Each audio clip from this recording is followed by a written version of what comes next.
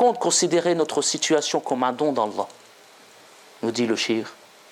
Par contre, considérer notre situation comme un don d'Allah, de voir les bienfaits de notre situation face à celle des autres, afin de mieux remercier Allah, cela est bon. Le fait de considérer que ce que tu as te rend meilleur que les autres, c'est pas bon. Le fait de considérer que tu es meilleur que les autres par rapport à ce qu'Allah t'a donné, ce n'est pas bon. Mais par contre, le fait de considérer ce que tu as comme un don d'Allah, ni'ma, et de regarder ceux qui ne l'ont pas et remercier Allah par rapport à cela, cela est une bonne chose, nous dit le cheikh.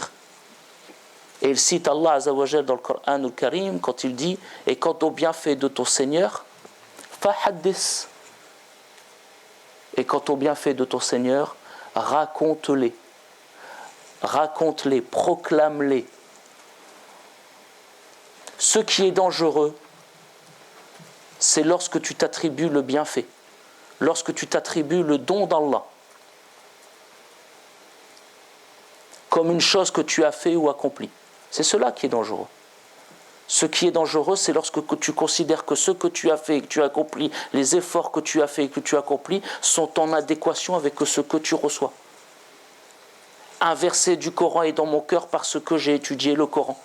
Non, un verset du Coran est dans ton cœur parce que Allah, par la grâce d'Allah, il a mis ce verset du Coran dans ton cœur.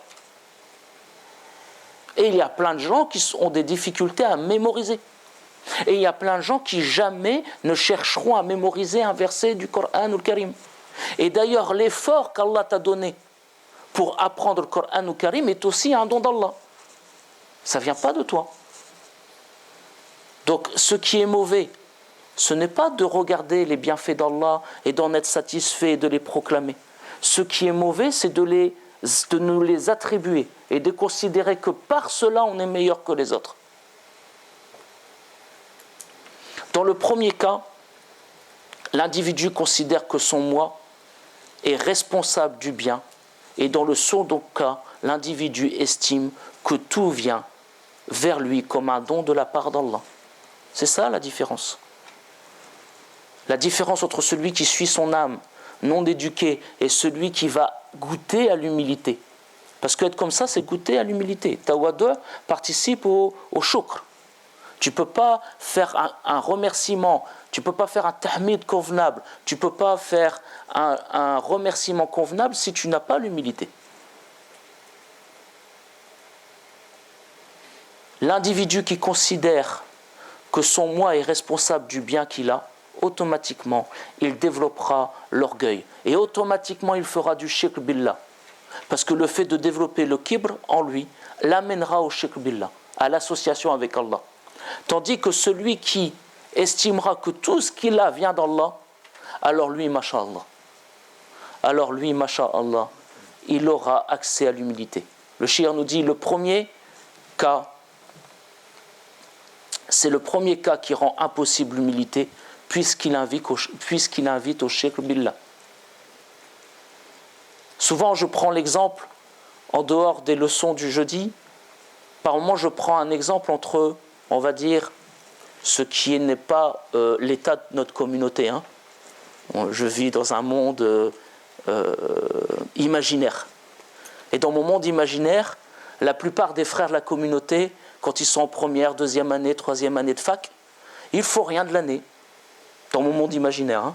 Et puis ils demandent aux sœurs de ce monde imaginaire de leur donner les cours de l'année, une semaine avant les examens. Et puis une semaine avant les examens, dans ce monde imaginaire où les frères ne font rien durant l'année de façon générale, ils font la passe sur la moitié des devoirs en se disant « Bon, comme je n'ai pas le temps de tout réviser, je vais réviser que cette moitié-là. » Et ils révisent à la fin que 25%, parce que manque de peau, c'était en même temps que la Coupe du Monde. Donc il y a quand même des priorités dans la vie, mais ça c'est dans un monde imaginaire, ça. Et quand il arrive devant les résultats, il a son UV. Lui qu'il dise Alhamdulillah, c'est normal. Il vient de vivre un miracle. Il vient vite un karamat. C'est un miracle. Donc le fait qu'il arrive à dire ça vient pas de moi, ça vient d'Allah, c'est tout à fait normal. Et il n'y a pas d'humilité dans ce qu'il vient de faire. Parce que Allah, il lui a mis sur lui un miracle. Yakramuhu. Allah, il l'a honoré. alors qu'il n'a rien fait.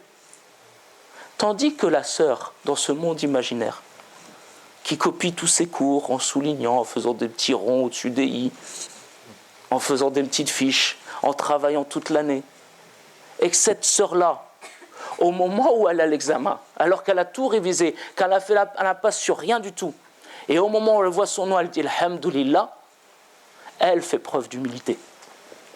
Parce qu'au moment où elle aurait pu dire c'est mes efforts, au moment où elle aurait pu dire c'est grâce à moi, elle se rappelle Allah Azza wa Jal.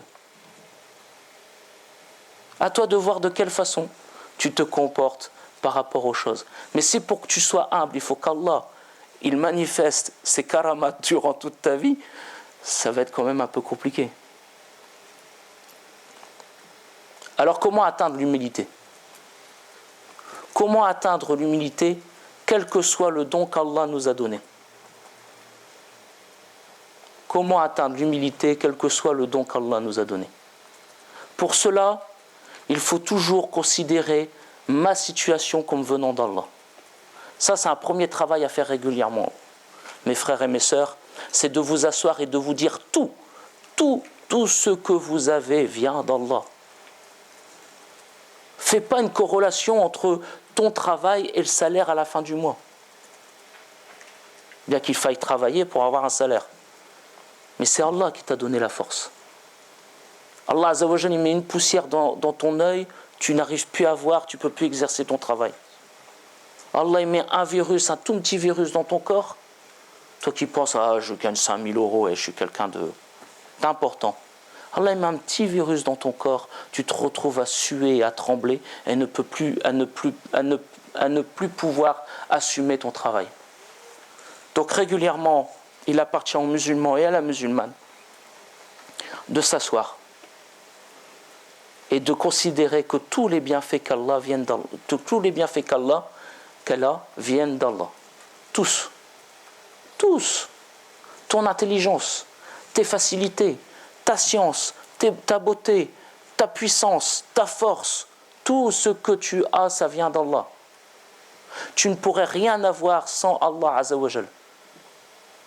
Allah Azza wa Jal dit dans le Coran al-Karim, la sourate 4, verset 79, tout bien qui t'atteint vient d'Allah. Et tout mal qui t'atteint vient de toi-même. Et nous t'avons envoyé aux gens comme messagers. Et Allah suffit comme témoin.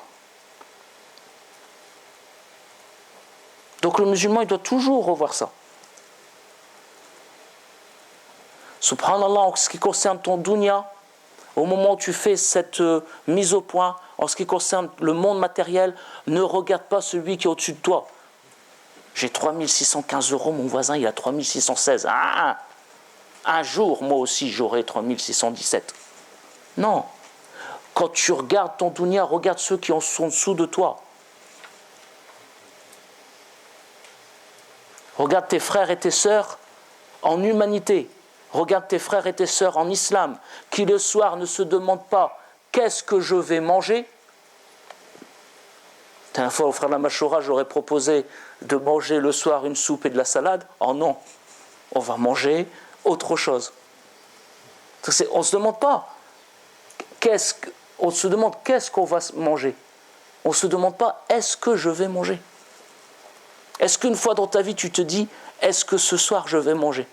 Hormis certains frères ici qui ont peut-être vécu dans des conditions si difficiles au bled. Mais est-ce que parmi nous ça s'est trouvé ça?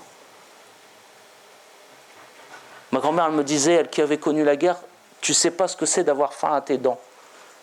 C'est une expression dans le Nord qui veut dire être rongé par la faim. Ben non, subhanallah. Pizza au poulet. Encore de la viande? Ah non, hein. Il y en a marre de la viande. Vous voyez où on en est? Et ça, on n'en parle pas, on ne le voit pas quand on s'adresse à Allah. Dans le dunya, toujours regarder ce qu'il y a en dessous de nous. Toujours.